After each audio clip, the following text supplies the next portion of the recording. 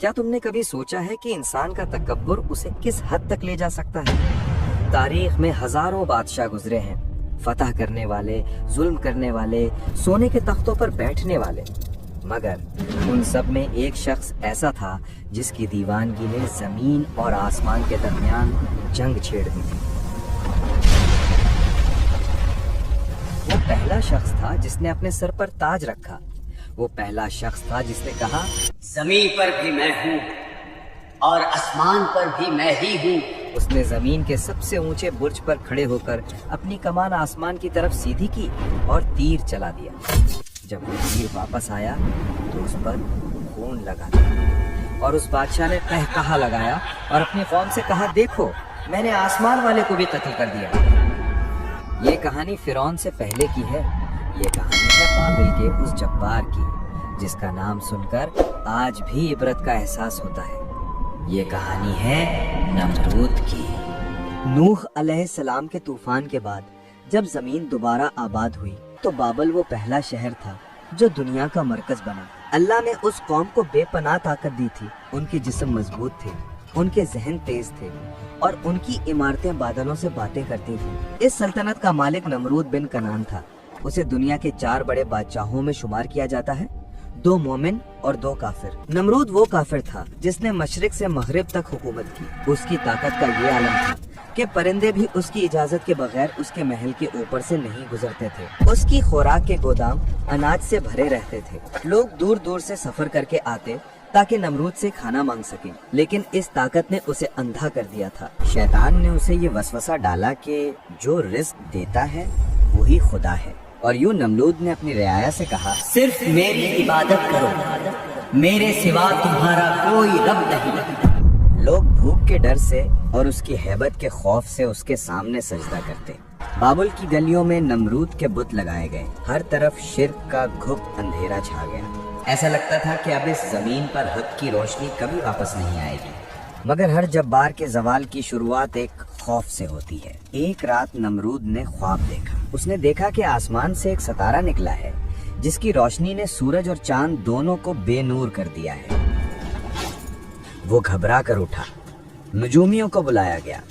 نجومیوں نے ڈرتے ہوئے تعبیر بتائی، اے بادشاہ، تیرے مذہب میں ایک ایسا لڑکا پیدا ہونے والا ہے جو تیرے مذہب کو تباہ کر دے گا اور تیری بادشاہت کے خاتمے کا باعث بنے گا۔ نمرود کا چہرہ غصے سے لال ہو گیا۔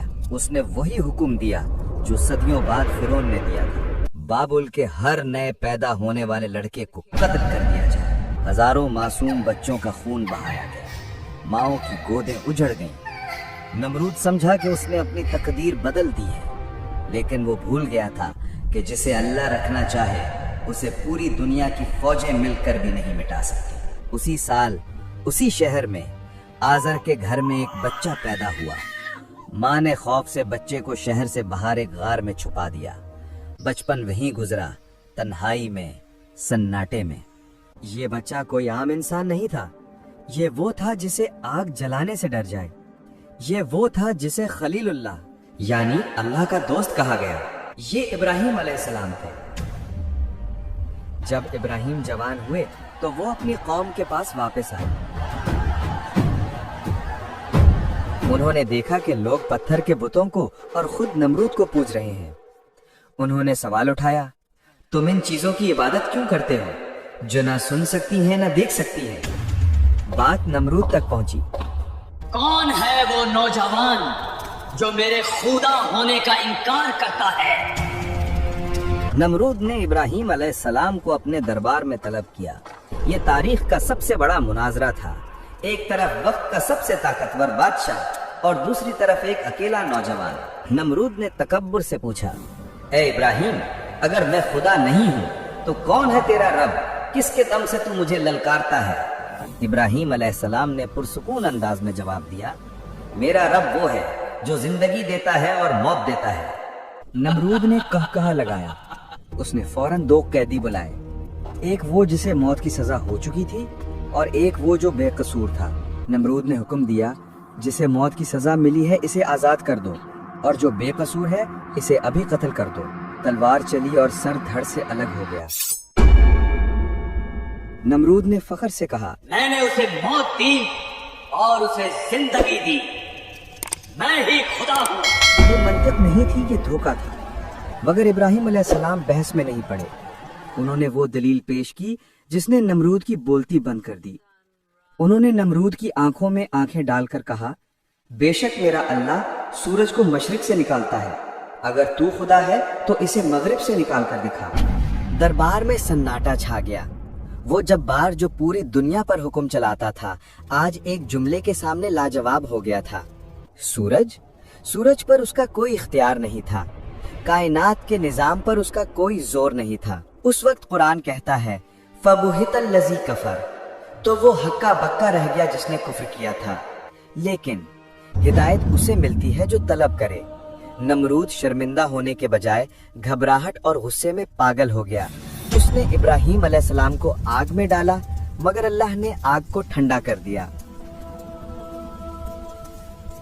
जब नमरूद ने देखा कि आग भी इब्राहिम का कुछ नहीं बिगाड़ सकी, तो उसका जुनून आखिरी हद पार कर गया।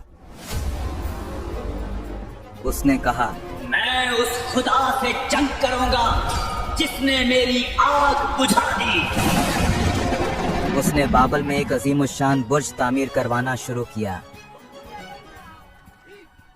उसका मकसद था कि वो आसमान तक पहुंचकर नौजुबिल्लाह अल्लाह को ढूंढ सके और उससे लड़ सके। ये वही वक्त था जब उसने तीर चलाया और वो खून आलूद वापस आया। शैतान ने उसे यकीन दिलाया कि उसने अल्लाह को जख्मी कर दिया है, मगर अल्लाह की पकड़ ढीली होती है, लेकिन जब आती है तो कोई बच नहीं सकता। अल्लाह ने एक फरिश्ता भेजा। फरिश्ते ने नमरूद को आखिरी बार समझाया, ईमान ले आ, तेरी बादशाहत कायम रहेगी। नमरूद ने कहा, मेरे पास अपनी ताकत है, अपनी फौज है, मुझे किसी की जरूरत नहीं। 3 बार दावत दी गई, 3 बार इनकार किया गया। आखिरकार नमरूद ने चिल्लाकर कहा, अपने खुदा से कहो अपनी फौज लेकर आए, मैं मैदाने जंग में उसका इंतजार करूंगा। सूरज निकल आया। नमरूद अपनी अजीम तरीन फौज लेकर मैदान में खड़ा था।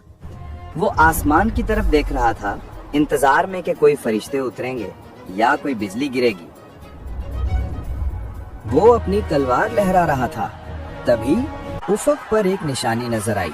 दूर से एक काला बादम आता दिखाई दिया। नमरूद के सिपाही खुश हुए। उन्होंने सोचा, शायद बारिश होने वाली है, या शायद ये दुश्मन का धोखा है। मगर जैसे जैसे वो बादल करीब आया, एक अजीब सी आवाज सुनाई देने लगी। वो बादल नहीं था, वो परिंदे नहीं थे, वो मच्छर थे।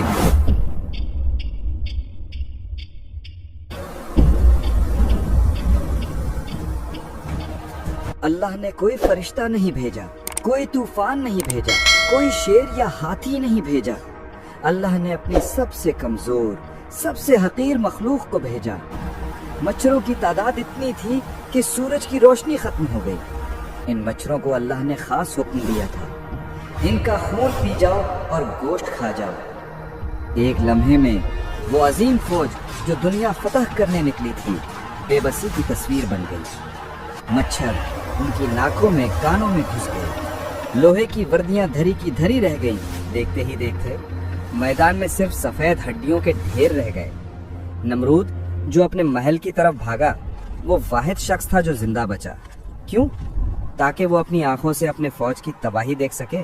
नहीं, बल्कि इसलिए कि अल्लाह ने उसके लिए एक अलग और भी दर्दनाक अंजाम लिखा था।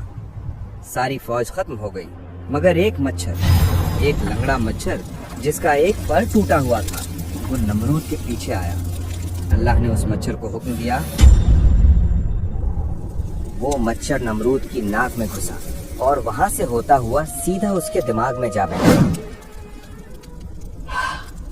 और फिर शुरू हुआ वो अजाब जिसके सामने मौत एक तोहफा लगता। वो मच्छर जब दिमाग में पर फड़फड़ाता या काटता तो नमरूद दर्द से पागल हो जाता। उसे ऐसा लगता जैसे हजारों हथौड़े उसके सर पर बरसाए जा रहे हैं। वो शख्स जो कहता था मैं खुदा हूं, अब वो अपने अदना गुलामों के आगे गिड़गिड़ाता था। उसे सुकून सिर्फ तब मिलता जब उसके सर पर जोर से जूते मारे जाते। जब जूता पड़ता, मच्छर डर कर रुक जाता और नमरूद को चैन आता। सोचो, जरा तसव्वुर करो, बाबिल का वो अजीम बादशाह जिसके सामने दुनिया सजदा करती थी, अब वो दरबार लगाता है तो इसलिए नहीं कि लोग उसकी तारीफ करें, बल्कि इसलिए कि लोग आए और उसके सर पर जूते मारे। जितनी जोर से जूता पड़ता, नमरूद उतनी ही दुआ देता।